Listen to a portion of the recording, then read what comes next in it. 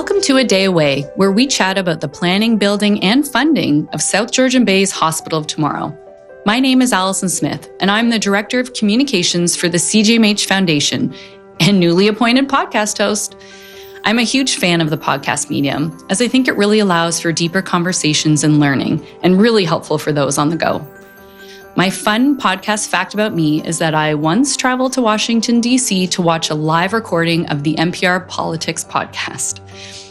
We are exploring topics centered around CGMH's innovation, collaborative spirit, and the importance of rural medicine. Our hope is that we can inform our community on the impact of your support and how you play such a vital role in the future of healthcare. Today, I'm speaking with Dr. Jessie Guscott, rural generalist and award-winning medical educator for CGMH.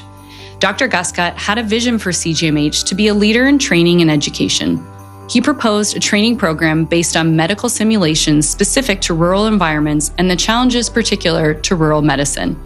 His vision was to build the program specific to CGMH needs and then market the program to other rural healthcare providers to create a revenue source to sustain the simulation program long-term. CGMH is an 84-bed hospital located in Collingwood, Ontario, serving more than 73,000 permanent residents and 3.5 million annual visitors to the communities of Wasaga Beach, Collingwood, Clearview, the Blue Mountains, and parts of Grey Highlands. Welcome, Dr. Guscott, and thank you so much for joining us today. Thank you, Alison. Before we dive into the conversation around CGMH, can you tell us a little bit about what brought you to Collingwood? Sure.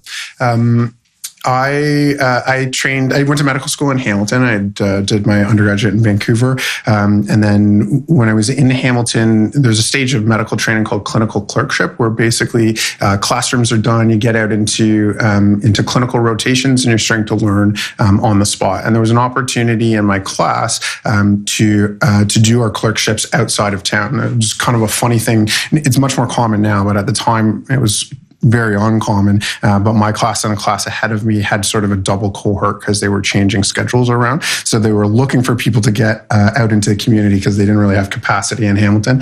And so there was this opportunity to come to Collingwood. I'll be honest, there was some great perks. They gave us, rented us a condo to stay at, gave us a ski pass to ski at Blue Mountain. And I thought, that sounds fantastic. I could go do my family medicine rotation next to the ski hill. So as a clerk, I came up and did a rotation here, and I just truly fell in love with the medicine. Worked with some really amazing physicians in the community, and because my training up to that point had all been in the city, all been in Hamilton, I had never experienced, I had no sense of what physicians and healthcare teams in communities really look like, and I just fell in love with it. I thought it was so cool. The idea of generalism, the idea that you don't have to be super specialized, that you can do a lot of different things, just really appealed to me.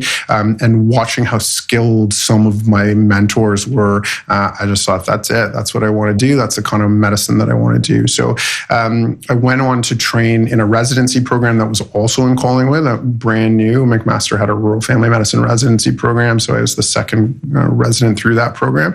So then I ended up kind of here for the better part of 2.5 years. Went back and did a fellowship in anesthesia. And then I was basically looking for a community that matched my residency experience. I was trying to find a community just like Collingwood. And then at some point I thought, why am I trying to find a place just like Collingwood? Why don't I just go back to Collingwood? So that kind of, that's how it all sort of unfolded. I think my experience as a learner really framed what I was looking for in a future practice, and Collingwood was the place. So I would say, as much as the community is amazing, the ski hill is amazing, all those other things, for me, it was really the medicine, in the hospital community was the biggest thing that drew me here. Oh, that's great. Well, we're definitely going to talk a little bit about, the general practice and also the challenges facing rural communities. And I think across the province right now, we see a range of disparities in resources, technology, equipment that really impact the provision of services and quality of care that patients receive. Through your simulation training program, you are looking to equip healthcare providers and provide equitable healthcare outcomes. Can you tell us a bit about the program for people that aren't familiar with it and why it's so vital for a rural hospital like ours? I'd love to. So the program that I run is a simulation program. And the easiest analogy would be to think about a flight simulator for pilots. You don't want the first time you're ever in a terrible emergency to be the time that you're actually in a terrible emergency. So pilots get put into flight simulators. They run through the predictable scenarios, dangerous scenarios, things that you hopefully will never encounter in your life. But if you do, maybe it's once, and you want to perform optimally. So our simulation program tries to take some of those same elements and train healthcare professionals in that sort of a setting. So what we're trying to do is we're not practicing the sprained ankles and the coughs and colds. We're practicing the things that happen only occasionally, that are very dangerous, that are very high stakes, where important, decision-making, communication, leadership in the moment is going to make a difference in patient outcomes. So we have a number of different branches of our simulation program, but we'll do things like adult cardiac arrests on the ward, where we want to practice our responses to an unexpected cardiac arrest. We have a program for our neonatal resuscitation, where we practice what happens when a baby comes out and they're struggling, in their first minutes. We have pediatric programs, we have OR programs. So we kind of try to hit all the different parts of the hospital and focus on those emergencies, that we don't see every day and want to perform optimally in.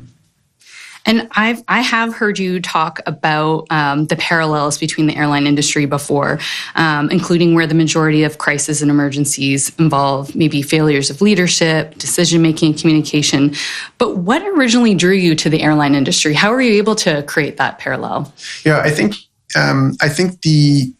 that's fundamentally where simulation in medicine has come from. Is the airline industry got out to a head start in the 60s, 70s, in response to a safety record that was suboptimal.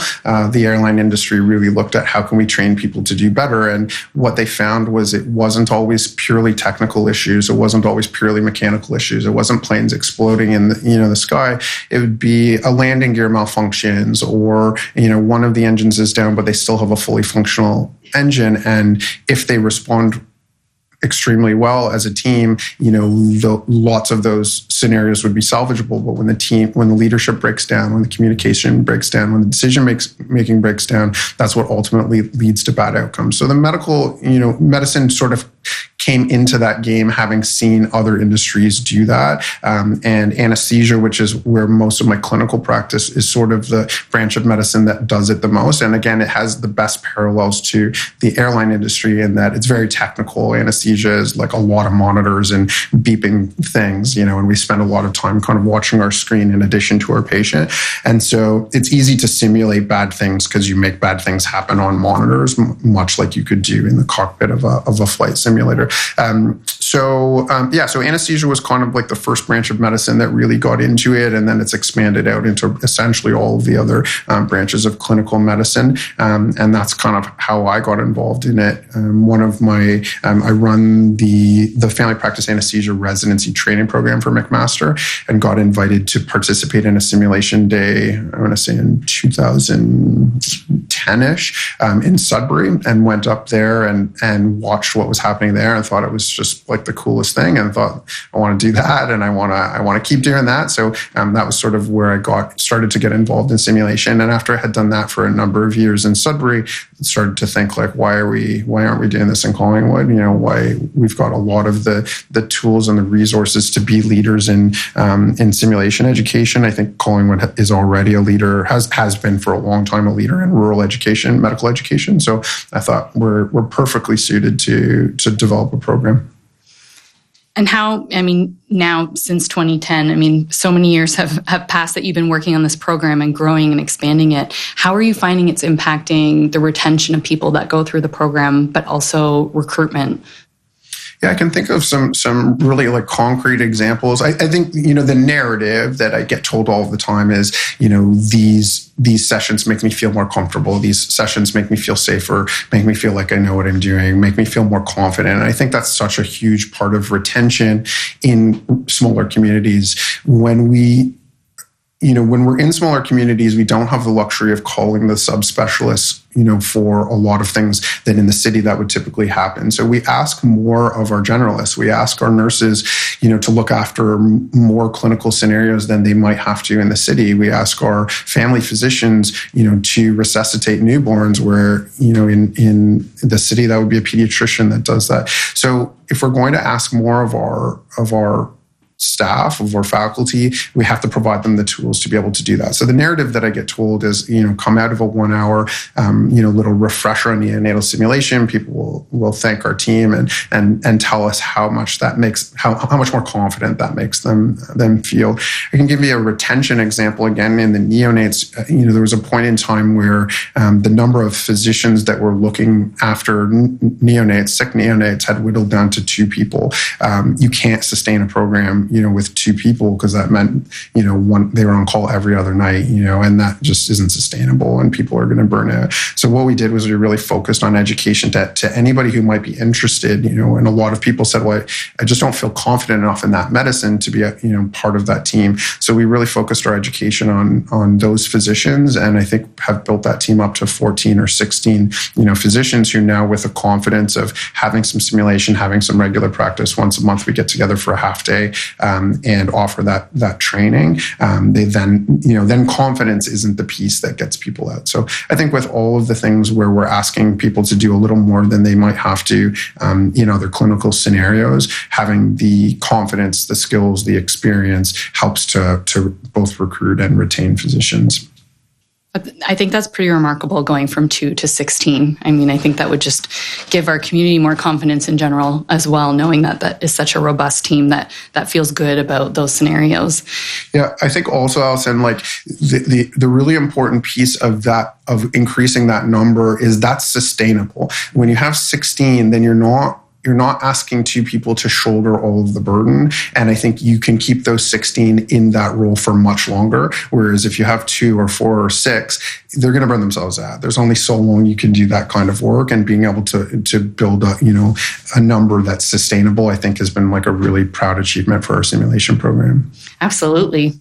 Another, I think, proud achievement as well is a very specific example I'd like to talk about. So we know that our hospital has a proven track record of navigating rural trauma care with expertise and efficiency.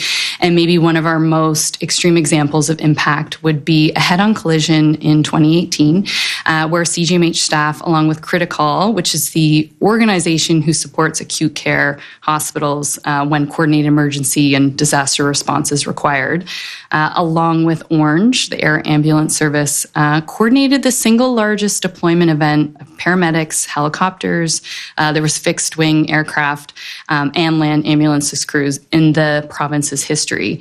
Can you tell us a bit about that day and how simulation training really plays such a vital role in such an extreme situation like that? Yeah, I'll never forget that day. So I was doing my clinical medicine is anesthesia primarily right now, and I was giving sedations for colonoscopies that day, which is generally not a super exciting, stressful day. It's pretty routine. We do sometimes 20 scopes in a day, and I was in my groove, not having a very stressful day. We were getting really close to the end of the day. We're in our last couple of patients, and I remember hearing code orange paged overhead. And it took me a minute. Code, you never hear that. That's not a code overhead page that we ever hear. And I think that was probably the first time I ever heard it. So it took our team all a minute to 30 seconds to kind of even remember what that was. And I called up to the emergency room to see if it was a fire drill or if it was a real thing, and if they wanted me to come. And I could tell by the urgency of the voice on the other end of the phone that they wanted me there, very quickly. So I ran upstairs, and it was a scene of absolute chaos. There were over 100 people in that department for sure. There were ambulance and police and firefighters. When a code orange is called, basically everyone mobilizes. So we have not only clinical teams, but the CEOs there, the VPs are there. Basically everybody is in that department. And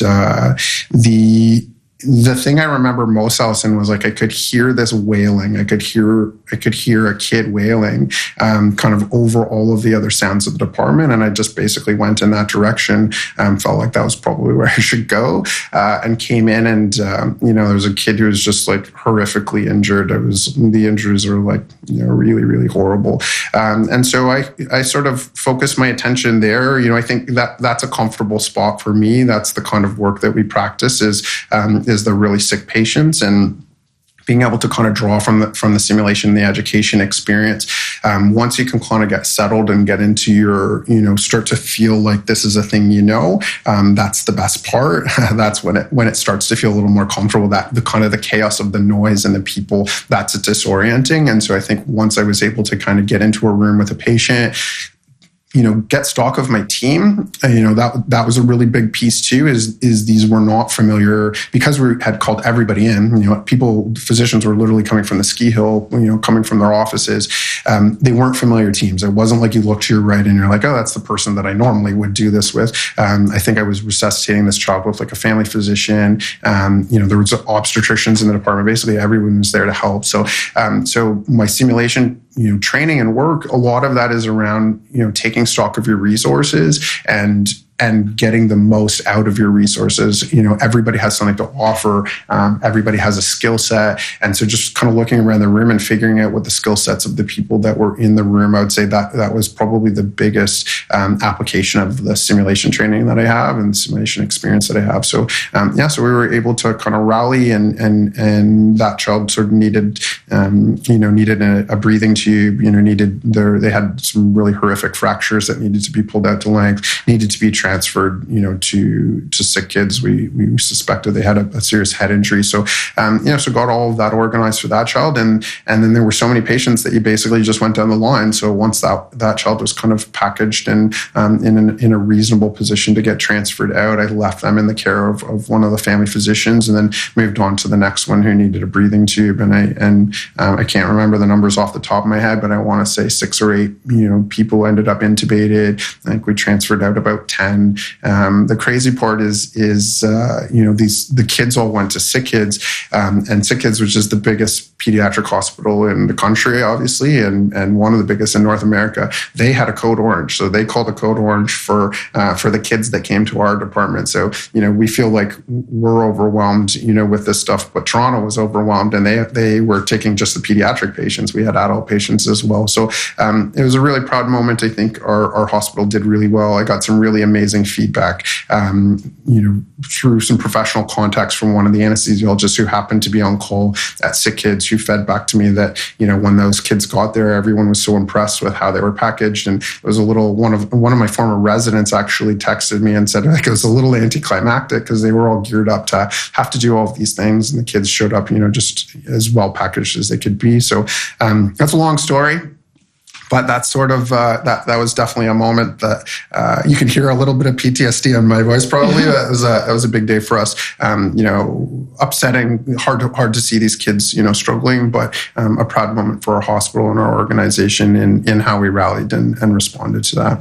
Absolutely. I think as a community member, we heard a bit about it in the news and maybe stories through friends and, colleagues and whatnot, but to have been there in that day, I can't imagine how remarkable that was and how scary. And I always think about that with simulation training when it comes to the real situation versus practicing it, what that must actually feel like. And it sounds like through the simulation program, you are preparing people for that moment to be able to block out that noise, block out that anxiety, and be able to handle the situation adequately. Yeah, I think that's a big piece of, we talk about fidelity or realism in simulation. So why do we go to all these efforts to make things feel so real? And I just want to segue for 1 second, Alison, to just acknowledge that I'm here talking on behalf of the simulation team, but I am a mere, small piece of what is really an incredible team. So none of this happens just for me, and it all could probably happen without me. But we have an amazing team, and that team, one of the things we really focus on is trying to create realism. And so what that means is we might have scenarios scenarios. If we're resuscitating a kid, we might have a scenario where the mother just appears, and is in the room. And now you have to handle not only this child, but also, the stress of having, mom in the room and her emotions and bleeding in. And you'd be amazed at the acting skills of some of our doctors and nurses, and maybe for lots of us, it's pretty easy to play the role of a stressed out parent because we experience that. But we need that energy in the room, because a big part of what makes these scenarios so hard is not just the technical piece, not just that your landing gear is not working. It's the fear of for a pilot, 200 people's lives are in your hands. For a physician or a nurse or respiratory therapist, it's, the stress of this little kid's life is in your hands. And so we want to embrace that. We want to try to recreate that a little bit so that people see how they respond in that. One of the things I challenge the participants to do is to pay attention to those feelings and to pay attention to what how their brains respond when they're feeling stressed, when they're feeling emotional stress or psychological stress, because that's all part of it. And we have to learn to manage that. And we can't just make that go away. You can't snap your fingers and say, oh, just don't be stressed when these bad things happen. I think practicing it inoculates you a little bit to that stress, makes your heart rate go up a little less when, the next time you see it, but it's still going to go up. Your brain's still going to shrink. You're still going to feel these feelings. And simulation training is a lot about preparing yourself for that response, your own response, rather than just the things that are happening around you. The other big story, COVID. In spring 2020, before CGMH even received the first COVID positive patient, you knew that our doctors and clinical teams would need to be prepared for these worst case scenarios that COVID would bring. Can you tell me a bit about how your teams developed and practiced simulation exercises to really treat those most vulnerable patients? Yeah, you're hitting at all my traumas. I know, I'm sorry. I'm sorry. No, that's okay. I'm just kidding.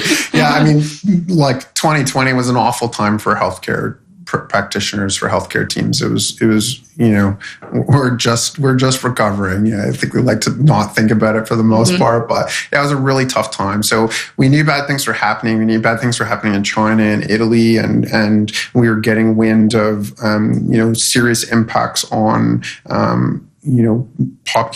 big populations. And also what was novel in that for us was healthcare practitioners were getting really sick and healthcare practitioners were dying. And particularly in the stories coming out of Italy, there was a lot of the people who were caring for COVID patients were getting sick and dying. So it was a very stressful, time for an educator, because I really felt the weight of that responsibility of we need to get this right. We need to figure out how to do this really well.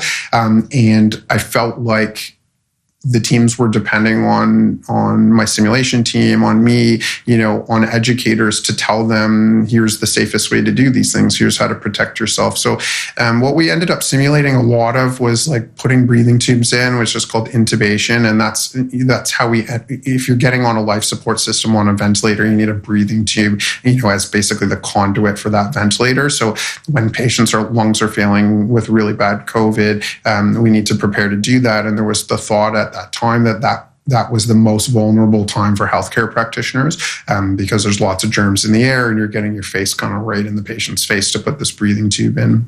So we focused a lot of our education attention then to what's the safest way to get that breathing tube in, what's the sequence of events that's the safest, how do you do all of that in personal protective equipment that's very unfamiliar. Usually when I'm intubating in the operating room, I've got my cloth hat and and a mask on, and that's and my scrubs, and that's about it. And here we were getting donned in hazmat suits, trying to figure out what the safest suit was and what the safest mask was. All of it was super hot and super sweaty. How do you intubate when you kind of can't see because you're sweating into your goggles? And so that's kind of the work that we did, was we tried to figure out what the safest equipment would be. And we really hammered it down to I'm going to put my hand here and you're going to pass me this piece of equipment, into my left hand, and tried to do all of those things to make it really seamless. I think that helped to address the uncertainty of what was coming, to make sure that the first time we were intubating someone wasn't really the first time we were intubating someone. We had done that dozens of times on the mannequin in a controlled fashion. And I think that allowed us to have something to draw on, which I think ended up being really helpful. Well, I can say on behalf of our donors and patients, I know we were so grateful for you and the rest of the team during that time and every day since then and everything that you have been through. So let's switch gears and talk about something that maybe feels a bit more positive and exciting and probably a little bit hopeful, and that's the new hospital. I think you and your team have accomplished so much despite the challenges of this aging and cramped facility.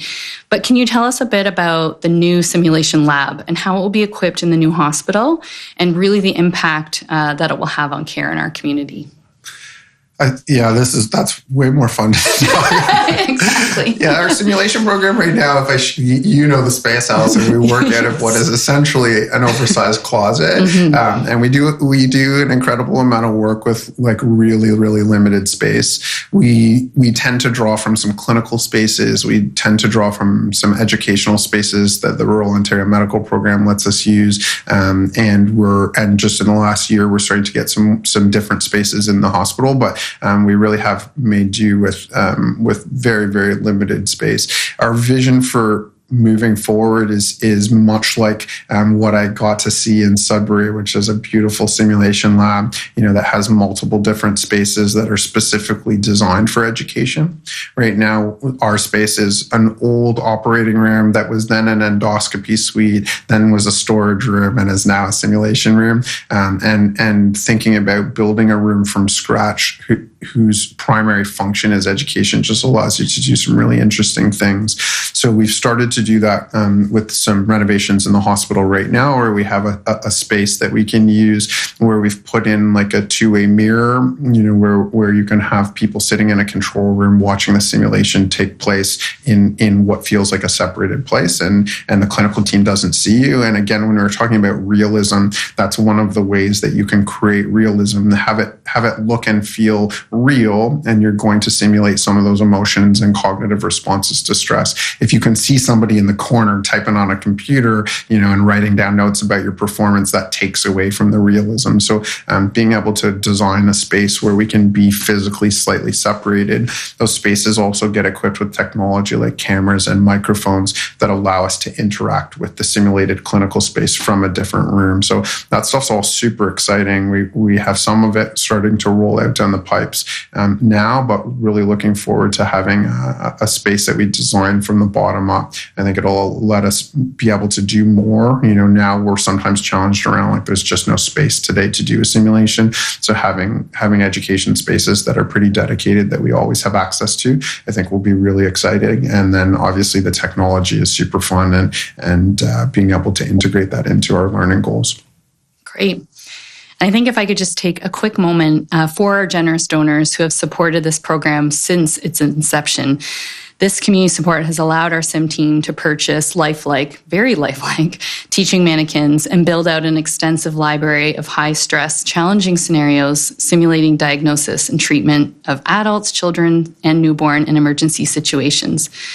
The sim team of medical professionals continues to grow and to share their expertise, not just with the CGMH team, but with medical personnel from across North America. As new medical challenges present themselves to CGMH, the sim team will continue to use their skills and technology to improve responses to medical emergencies. Our podcast is called A Day Away because we talk about tomorrow a lot around here. As a foundation, our work is always future planning and forward thinking to ensure we can provide and care for generations to come. Today, our community benefits from the generosity of those that gave before them. And now we are embarking on our biggest and boldest mission yet, building South Georgian Bay's Hospital of Tomorrow. We will expand healthcare services for our fast-growing community, improving patient care and privacy, helping to retain and recruit top healthcare professionals, and building on our strength in rural interprofessional education and training. We know that a bright, beautiful tomorrow is always possible because of the care we give today. Hospitals are predicated on brighter tomorrows. Dr. Guscott, thank you so much for sitting down with me today to talk about your work and to tell us a bit more about all that you do that is so vital and critical here at CGMH. We like to end our sessions with some closing thoughts of what tomorrow means to you. It doesn't have to relate to CGMH, but more what you see for the health of our community and the future of South Georgian Bay.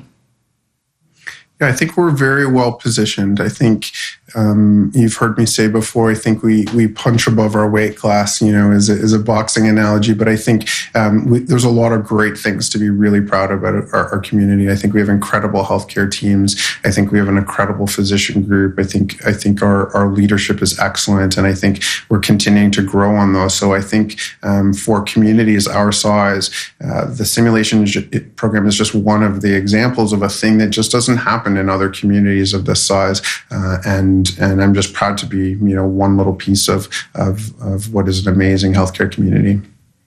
So your program has really benefited from the overwhelming generosity of our donors. Can you tell us a little bit about how they've really impacted your program? I would love to, Alison. Our program has been so fortunate to get some really visionary support from donors. We have, our equipment is very expensive. So a standard simulation mannequin runs around $100,000. And up, and it needs toys and bells and whistles to make that work. That's why I always get offended when people call it a dummy, because it's smarter than I am and very expensive. So visionary donors who saw the need, understood what we were trying to accomplish, and were able to support us in some of that equipment purchase, but also hugely visionary around supporting the people that go into that. So what causes some simulation programs to fail is they get these very expensive pieces of equipment, but no one to support it, no one to build the programs, no one to build the content, no one to teach the content, and people can do that, on a volunteer basis or for free for some period of time. But again, just like when we were talking about the neonatal resuscitation program, you can't do all of that. You can't work super hard and do all of that, in a small group for free for years on end. And so our programs are truly programs and not just mannequins that live, in a closet. And we've been, supported to develop the programs, to develop the content, to keep teaching, the sessions on a weekly and monthly basis. And I can't say enough about how fortunate I feel to have donors that have been able to recognize the value of our program and let us build and let us expand and let us find ways to also generate some of our own funds to put back into the program. So it's been really wonderful. I'm so thankful. Okay. I want to talk about the word rural.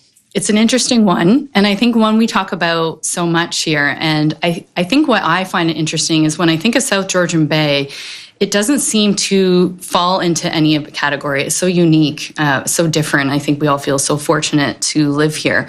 But when we talk about rural medicine, it's actually really quite fascinating and what that can mean. Can you tell me about what your definition of rural is and how it pertains to healthcare here in our community? Yeah, it's an interesting thing that I don't think about that often unless someone draws my attention to it. And in particular, Alison, I think some people are slighted by the idea of being rural, like it's an insult or a demeaning term about your community. But for me, and particularly around medicine, it's actually like a badge of honor. Rural healthcare teams.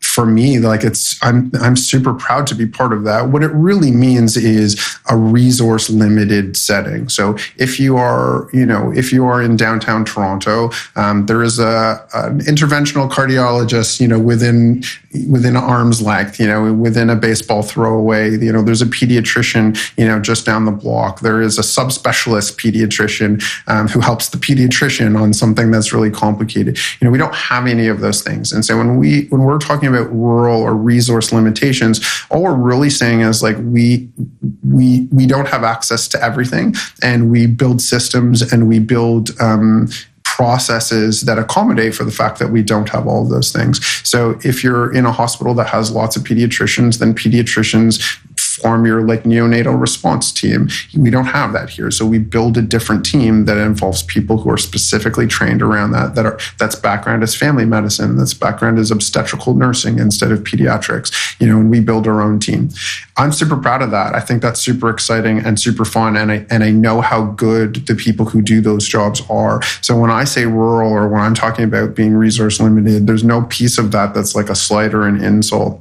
The term rural is probably not perfectly accurate to describe, the geography of our community.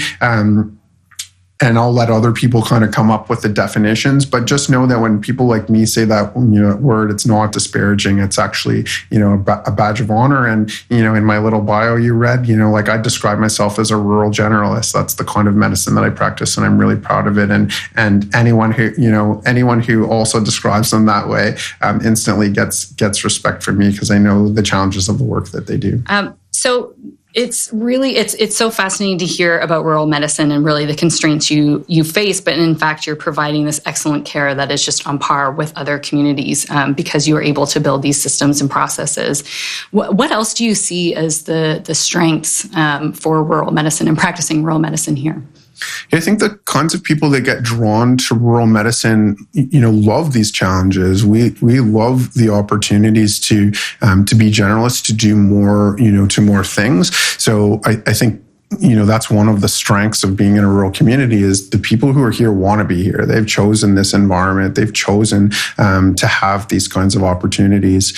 One of the reasons that I chose a community like this, part of it was I practiced emergency medicine for 15 years. I was attracted to, I do hospitalist inpatient medicine. So I like to do a lot of different things. I do, some pain medicine, a bunch of different things, whatever excites me, for a couple of years, like I'll tend to latch onto. So I enjoy that. I think lots of other people do that. The other thing that I really loved about smaller communities, and maybe that's the word we want to use instead of rural, again, the semantics don't really matter to me, but, in a smaller healthcare organization like this one, I really feel like I can affect change. I feel like if I was in a big hospital in, Hamilton where I trained, you see a problem and the solution.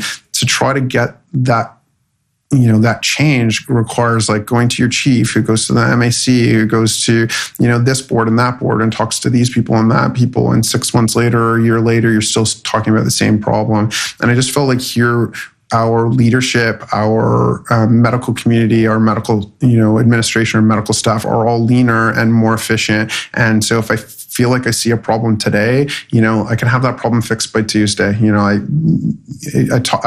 can text, the manager or the VP. I can text or call the CEO, and just get things done quickly. And I really like that. I tend to gravitate towards leadership roles, but I do that here because I know I can affect change. And if I was in a place where I just felt like I was up against bureaucracy all of the time, or had a million competing interests, I just wouldn't have the energy to be involved in leadership. And I really love that opportunity here. I think we see the same thing as well, even with donor support. The fact that we can be so nimble and maybe supporting a bit of that change. So we have people that have been in the community their whole lives, multiple generations. We've had people that have moved up recently or are sometimes just here on weekends, enjoying everything that South Georgian Bay has to offer. But no matter what, it seems like when there is a need in our community, our donors step up really quickly and get involved and help support us. So I think, that part has been so great to see as well through donor support. Thank you so much. We hope you enjoyed our conversation today.